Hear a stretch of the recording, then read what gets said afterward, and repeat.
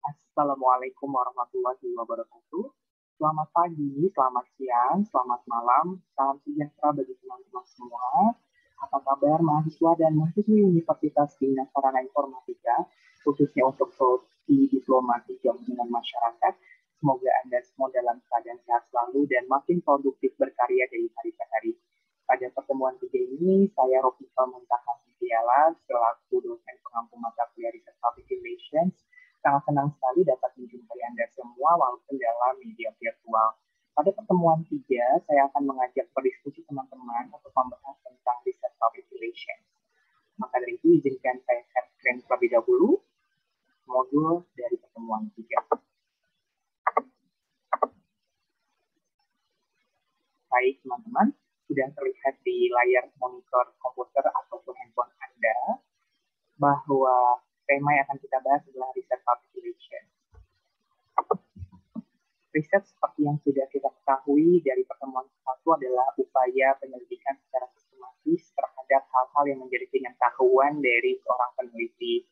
Dan menurut Mubarak Ishak sendiri dan Simon Cox-Dewling, dalam step-by-step guide public relations, riset dalam PR merupakan proses penghimpunan fakta, lapangan, pencatatan, dan menganalisis data yang berkaitan dengan persoalan bagian dari kegiatan manusia.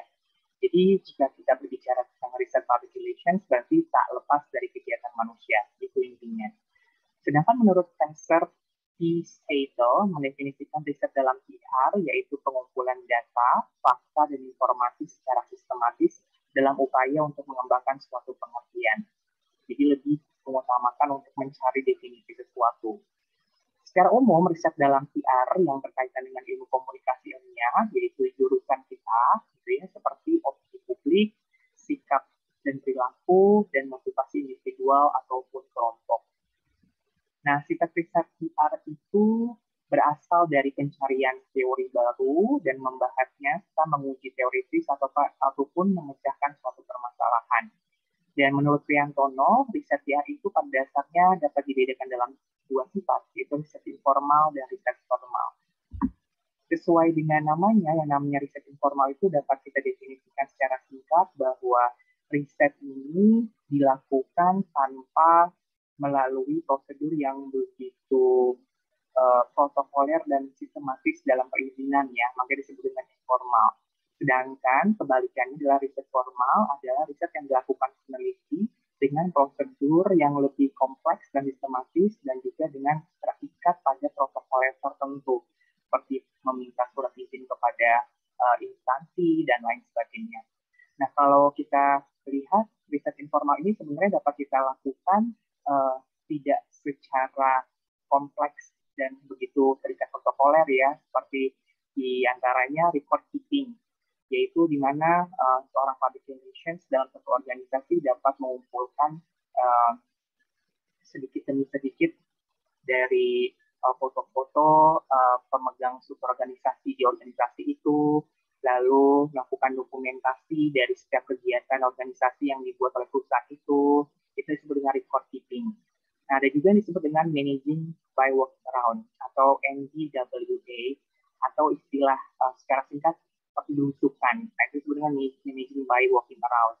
Ya, misalnya dalam riset ini PR secara aktif dan berkala melakukan kunjungan ke divisi-divisi kerja dalam perusahaan. PR melakukan komunikasi personal dengan para karyawan.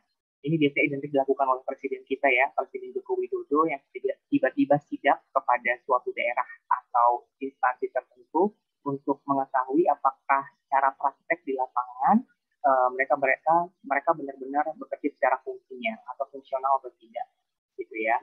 Kemudian ada opinion box. Opinion box ini biasanya dilakukan bagi perusahaan jasa, seperti ketika kamu berkunjung ke bank atau ketika kamu berkunjung ke departemen store tertentu, biasanya mereka menyediakan kotak saran. Nah, itu disebut dengan opinion box, di mana itu dapat dimasukkan beberapa tulisan ya dari customer ataupun karyawan untuk mengulas suatu permasalahan tertentu dari organisasi itu, entah itu layanannya, entah itu produknya, entah itu jasanya. Disebut dengan opinion box ya, jadi kotak saran gitu ya, kayak customer care tapi yang dilakukan secara manual dan setiap pihak dapat menuliskan keluh kesahnya melalui secari kertas dan secari kertas itu dimasukkan ke dalam kotak saran itu. Kemudian yang keempat yaitu unobstructed measurement, yaitu riset ini memungkinkan PR untuk menganalisis seorang atau sesuatu objek yang lain tanpa mengganggu aktivitas yang diriset atau tanpa menghentikan kegiatan yang diriset. Unobstructed measurement ini seperti kegiatan riset yang dilakukan dengan penyamaran tertentu ya, atau kita akan melakukan riset kepada suatu objek tanpa mengganggu kegiatan objek yang sedang diriset. Contohnya, kamu ingin melakukan pendekatan kepada mitra Gojek atau Grab gitu tentang bagaimana sih komunikasi organisasi Gojek kepada mitranya. Nah, tanpa kamu harus menjelaskan di awal kepada mitra driver tersebut, kamu bisa melakukan penelitian secara unstructured measurement. Contohnya, pura-pura kamu mengorder atau memesan layanan Gojek seperti GoRide, kemudian saat perjalanan kamu ajak ngobrol dari driver itu untuk menanyakan sesuai dengan rumusan masalah yang kamu tanyakan. Misalnya, bagaimana penghitungan bonusnya, lalu apakah dia sebagai driver sudah puas dengan penghitungan bonusnya, dan bagaimana tawaran fasilitas dari Gojek sebagai perusahaan kepada mitranya. Nah, itu sebenarnya unobstructed measurement ya. Bagaimana kita melakukan riset tanpa harus mengganggu kegiatan objek yang sedang diriset. Bahkan mereka pun sendiri tidak menyadari sebenarnya mereka diriset oleh kita sebagai peneliti. Nah, yang E yaitu publicity analysis, yaitu riset ini menganalisis isi media yang berkaitan dengan publisitas oleh isi media. PR dapat menganalisis seberapa sering press release yang dimuat media, seberapa sering event yang diadakan oleh PR, bagaimana opini publik tentang suatu perusahaan, atau berita-berita negatif tentang perusahaan yang dibuat oleh media. Nah, ini langkah kecil sekali yang biasa dilakukan oleh PRO di perusahaan adalah dengan clipping koran. Clipping koran adalah majalah ataupun media cetak lainnya yang memang perusahaan berlangganan kepada media massa itu, dan setiap hari mereka harus melakukan clipping untuk melihat kira-kira berita mereka, organisasi mereka dimuat di media massa itu dengan tone apa, gitu, dengan kabar apa, positif, netral, atau negatif. Atau kita dapat melakukan benchmarking atau melihat perkembangan kompetitor lain yang dipublikasikan oleh media-media massa yang menjadi langganan kita. Lalu kita clicking untuk mengetahui analisis SWOT mereka. Itu disebut dengan publicity analysis. Nah, itu disebut dengan riset informal. Kalau riset formal, seperti yang sudah saya bilang tadi, yang memerlukan prosedur lebih kompleks dan memang terikat protokoler tertentu, ya, protokoler tertentu. Berbeda dengan riset informal yang tidak begitu terikat oleh prosedur tertentu dan tidak terikat oleh kompleksitas protokoler tertentu.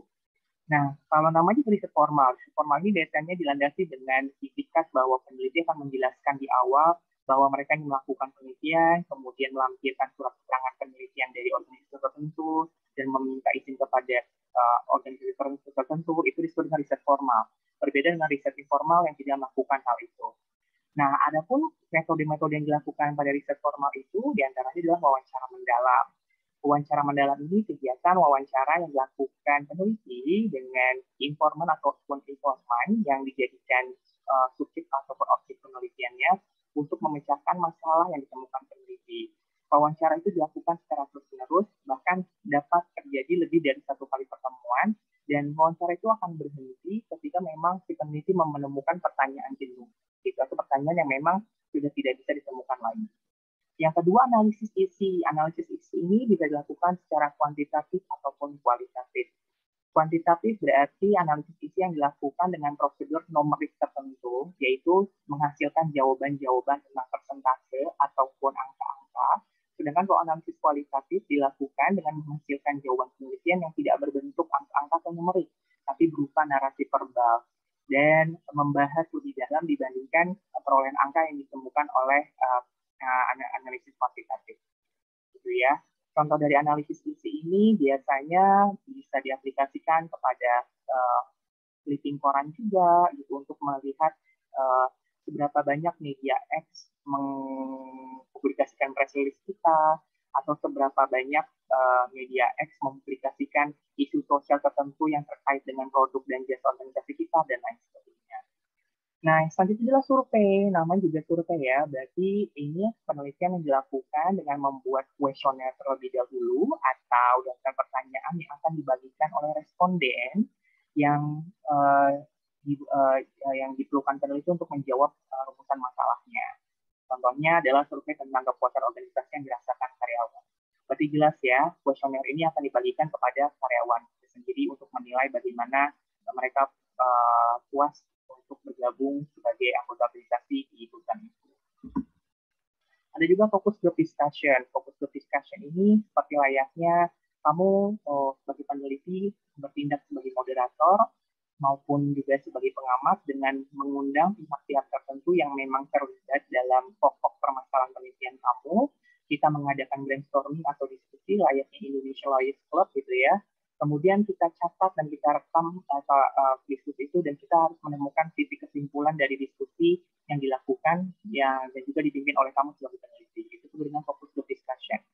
Jadi dilakukan lebih kepada aplikasi komunikasi kelompok yang kelompok yaitu dihadiri oleh beberapa orang-orang yang memang terlibat atau berwenang untuk menjawab permasalahan penelitian kamu.